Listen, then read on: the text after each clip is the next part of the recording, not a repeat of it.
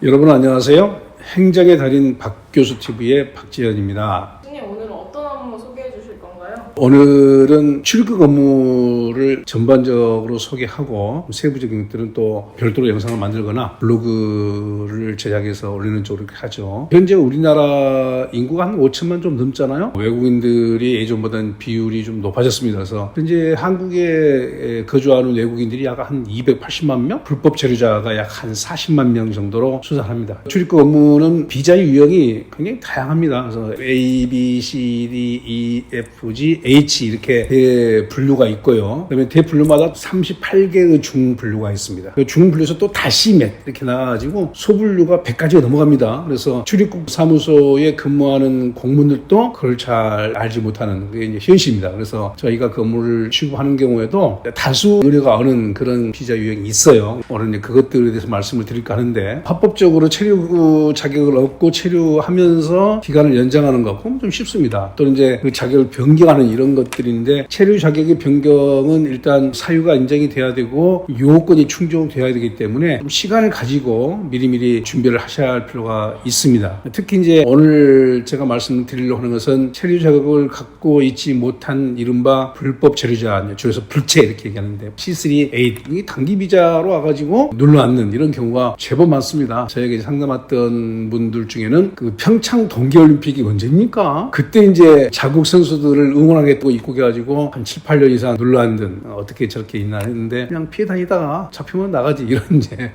조금 대책 없는 그런 분들이 계셔요. 우리 상식으로는 좀 이해가 안 되죠. 그다음에 꽤 많은 경우가 한국의 어학연수, 정시명칭 일반연수인데, 그게 이제 D-4 비자로 들어와가지고 대학에 설치되어 있는 한국어학당 그 어학 코스를 이수하는 건데, 그게 이제 4단계로 구분돼가지고 약 한 3개월 남짓으로 이제 단계가 구분돼 있어요. 그래서 1단계 테스트에서 통과되면 2단계로, 또 2단계 거치고 통과되면은 3단계 올라가는데, 그 중간에라도 2단계를 마친 경우에도 한국의 실력이 출중하다 한다면 곧바로 유학으로 D2 비자로 변경해서 입학 허가를 받을 수도 있습니다. 그런데 꽤 많은 일반 연수를 왔던 외국인들이 중간에 이제 등록을 하지 않게 되는데, 등록을 하지 않게 되게 되면 곧바로 이제 출입국 사무소로 통보가 되면 그때부터 불법 체류가 되는 거예요. 그래서 근데 이제 그때부터 불법 체류해가지고 이제 돈벌이 하고 이렇게 하다가 나중에 뭐 다시 이제 학교 입학을 하겠다 이런 게 오는데 쉽지 않습니다. 특히 이제 학교마다 그 외국인들 등록이 되지 않는 이른바 중도 탈락의 비율을 따져가지고 학교마다 지표를 만들어요. 제가 속해 있는 학교에서는 이제 그런 것들을 굉장히 엄격하게 해가지고 몇 개 국가 외에는 유학생의 입학을 허가를 안 합니다. 예전에는 다수 했는데 과거에서는 굉장히 엄격적인 것은 사실입니다. 그래서 그런 점들을 좀 고려하셔야 되겠고요. 일단 D4 비자로 들어왔다고 한다면 그 과정을 잘 이수해가지고 유학 비자인 D2 비자를 받아가지고 학업을 계속 할 수 있는 기회를 잡아야 되겠죠. D2 비자로 학교를 마치고 나서는 취업을 하려고 하는 경우가 굉장히 많습니다. 곧바로 취업이 되면 다행히 다른 이제 자격으로 옮겨가는데, 그렇지 못하게 되면 구직 비자라고 이제 D10 비자로 이제 그런 경우는 되게 학교 졸업하게 되면 학교마다 뭐 국제 교류라든지 또는 글로벌 센터라든지 이런 게 있어요. 그래서 거기에서 일괄적으로 하기 때문에 처음에 D10 비자, 구직 비자를 받는 것은 상대적으로 좀 용이합니다. 6개월 동안 체류를 하면서 구직 활동을 할 수 있는데, 학교에서 좀 더 신경을 써준다고 한다면 그 기간 동안에 인턴 활동을 할 수 있게까지 해주는데 거기까지는 신경을 안 쓰는 것 같더라고요. 그래서 일단 이제 D10 비자를 받아가지고 6개월 동안 구직 활동을 해야 되는데, 그게 이제 뭐 여의치 않게 되면 다시 한번 6개월 기간에 또 갱신을 할 수 있는데, 처음에 D10 비자를 받는 것보다 6개월이 이제 경과돼가지고 다시 갱신하는 것이 더 어렵습니다. 그래서 미리 준비를 해야 되는데, 이 영상을 보는 분들 중에서 해당되는 분들 2, 3개월 전부터 미리미리 준비를 하십시오. 그래서 이제 D10 비자에서 취업하게 되면 취업에 따라서 이제 비자가 바뀌게 되겠습니다. 그 다음에 이제 D8 비자라는 게 있어요. 그건 본국에서 한국으로 송금을 한화 기준으로 1억 원 이상을 해야 되기 때문에 쉽지 않습니다. 경제적으로 여유가 있는 그런 사람들은 할 수도 있지만 웬만한 그 가정에서 한국으로 1억 원 이상을 송금한다? 어려워요. 그래서 이제 이 길로 넘어가게 되면 EA 계절 근로로 온 경우, 또 이남 비전문 취업, 또 이 10은 이제 선원 취업인데, 먼저 EA 계절 근로의 경우는 한국에 계절 근로 신청하려는 사람들이 굉장히 많죠. 한국에서는 특히 이제 농가에서 그런 계절 근로자의 일손이 굉장히 필요하죠. 왜냐하면 이제 농촌의 일손이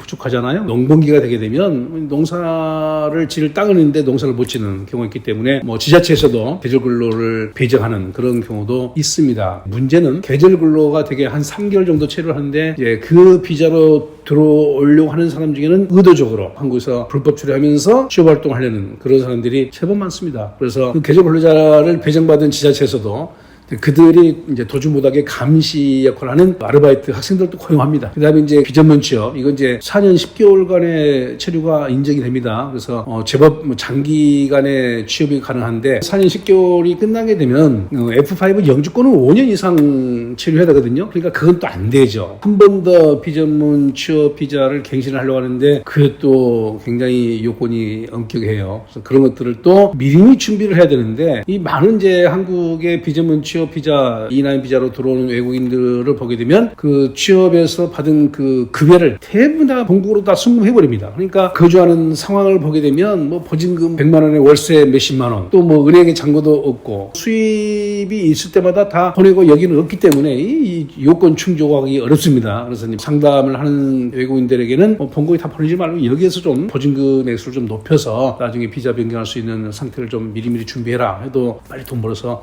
본국으로 보내가지고 본국에서 이제 뭔가 마련하려고 하는 사람이 많기 때문에 그것도 하고 또 여기서 체류기간을 또 이제 갱신한다? 그건 어렵습니다. 그러니까 선택을 해야 되겠죠. 그런 것들을 잘 준비한 사람들은 또 한 번 연장해서 무려 한 10년 가까이 한국에서 거주하면서 제법 많은 수입을 올려가지고 본국으로 돌아가서 나름대로 좀 여유 있게 사는 그런 경우들이 제법 많습니다. 그 다음에 이제 이템 비자는 선원 비자인데 그건 이제 선박회사에서 단체로 입국을 시켜요. 그래서 그쪽에서 관리를 하는데 저희들에게 오는 경우는 선박회사 A라는 회사에서 근무하다가 A라는 선박에서 내가 얼마를 받는데 B라는 회사는 얼마 더 준다더라 하면은 이제 선박회사의 동의를 얻어서 이전해야 되는데 선박회사는 또 안 해주죠. 그걸 저희들 어떻게 결혼하는데 그 인력을 풀어주겠습니까? 안 해주니까 이제 무단 이전하게 되면 그 또 불법 처리가 되는 겁니다. 근데 그렇게 해서 또 숨어가지고 배 타고 다니다가 잡혀가지고 보호소에 수용되는 그런 경우들이 있죠. 그래서 이템 비자, 선원 비자를 가진 사람들도 합법적인 절차를 거쳐가지고 체류 자격을 변경하거나 갱신하려고 하는 그런 준비를 해야 됩니다. 그 다음에 이제 그 F 계열로 넘어가게 되면 F4라든지 F5, F6 이런 쪽에 동포 비자도 있고 영주권은 굉장히 선호하는 비자이기 때문에 이거 요건이 아주 까다롭습니다. 그래서 F5 비자는 나중에 별도로 한번 기회를 만들도록 하고 F6 결혼 이민인데 결혼 이민 같은 경우는 부정적인 측면이 있습니다. 그러니까 매스컴에서 많이 이렇게 보도를 했지만 브로커를 통해서 한국인 소개받아가지고 결혼하는데 흔히 뭐 위장 결혼 이렇게 얘기하잖아요. 그런 경우가 실제 있죠. 실제 이제 저희가 보면은 해외 이주민 중에서 혼인해가지고 이제 그 자녀들 낳고 아주 행복하게 잘 사는 걸 보게 되면 참 보기 좋습니다. 근데 그렇지 않고 이제 어떤 의도성을 가지고 와가지고 혼인을 해가지고 F6 비자를 받고 있다가 뭐 이혼해가지고 다시 이제 혼인 단절로 비자 갱신을 하려고 하고 그러다가 또 이제 뭐 본국 사람 초청해서 결혼하고 이런 것들은 굉장히 좀 부정적인 측면이 있죠. 그래서 혼인 비자를 취득하시는 분들은 혼인의 진정성을 입증해야 됩니다. 출입국 사무소에서도 그걸 굉장히 엄격하게 확인을 하죠. 상담을 이렇게 하다 보면 다 이제 뭐 혼인의 진정성을 갖고 있었다고 얘기는 하죠. 근데 그걸 이제 쭉 과정을 살펴보게 되면 그렇지 않은 경우가 종종 있고 소송을 제기한 경우는 있습니다. 그래서 판결문을 보게 되면 저희한테 하지 않은 내용이 다 나오잖아요.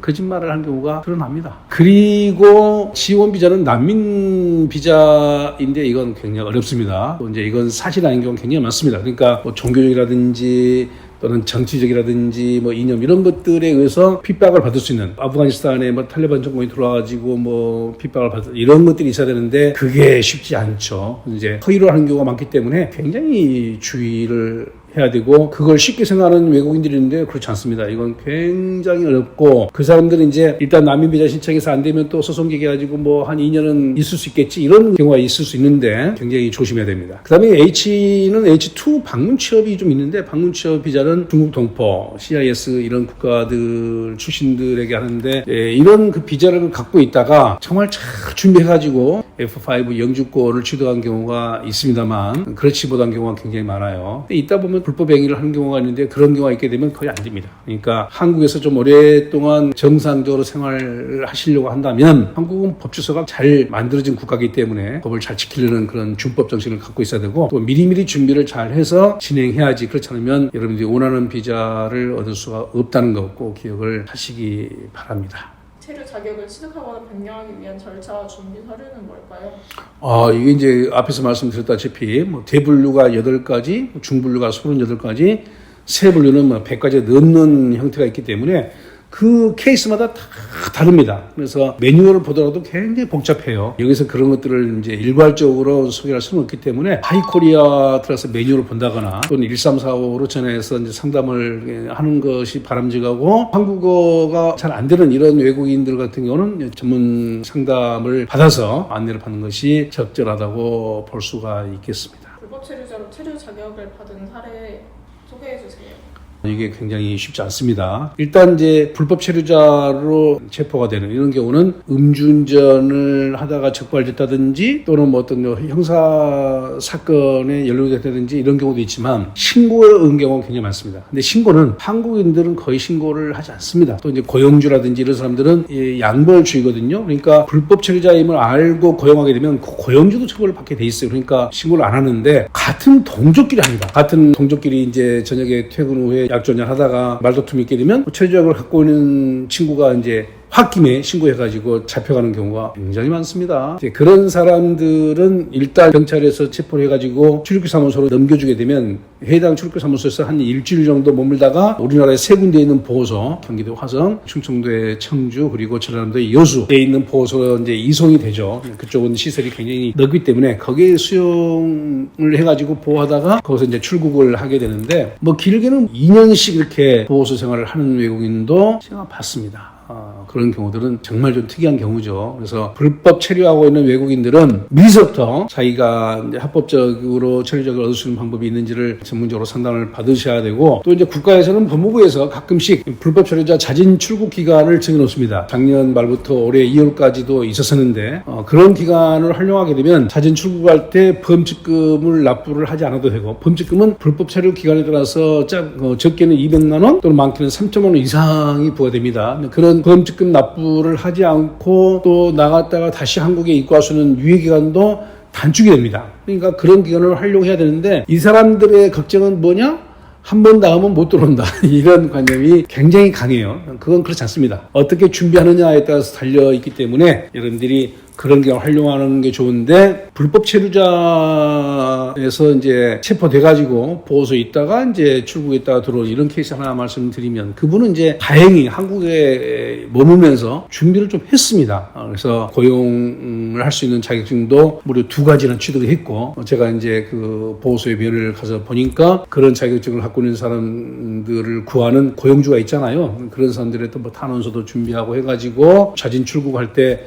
범칙금의 액수를 좀 이렇게 어느 정도 접어뒀습니다. 가서 또 이제 준비한 서류를 계속 한국의 영사관 가서 제출해서 또 면담, 면접하고 해가지고 다시 재입국하게 된 그런 경우가 있었습니다. 그러니까 불법 체류인 분들은 그런 기회를 잘 활용해서 다시 재입국해서 취업을 하든지, 안 그러면은 체류 자격을 변경할 수 있는 방법이 있는지를 잘 상담받아가지고 진행해서 좀 마음 편하게 취업도 하시고 편안하게 한국에서 체류할 수 있도록 이렇게 준비를 하시는 것이 좋을 것으로 생각합니다. 물론 이제 외국인들의 일손이 필요한 것은 사실이에요. 우리나라의 제조업 같은 경우는 외국 인력이 없으면 공장 가동을 못한다는 그런 얘기도 있잖아요. 또 농촌도 마찬가지입니다. 농장도 외국인 근로자가 없게 되면 농작물 수확도 못하는 그런 경우들이 실제로 있습니다. 그러니까 외국인 근로자들의 손길이 많이 필요한 것이 현실이기 때문에 여러분들이 잘만 준비를 한다면 얼마든지 합법적으로 체류 자격을 얻어가지고 체류할 수 있는 길이 있기 때문에 제발 좀 두려워하지 마시고 잘 상담받아가지고 절차를 진행해서 원하는 체류 자격을 얻게 되기를 바랍니다. 이건 워낙에 케이스마다 틀리기 때문에 개별적으로 상황을 들어봐야 됩니다. 그러니까 상담 전화를 이렇게 통해서 또 방문해서 좀 더 세부적인 사항까지 상담을 받게 되기를 바랍니다. 오늘 준비한 영상은 여기까지고요. 저희들은 이제 다음 시간에 또 다른 주제를 가지고 더 좋은 영상으로 여러분을 만나 뵙도록 하겠습니다. 끝까지 시청해 주셔서 감사합니다.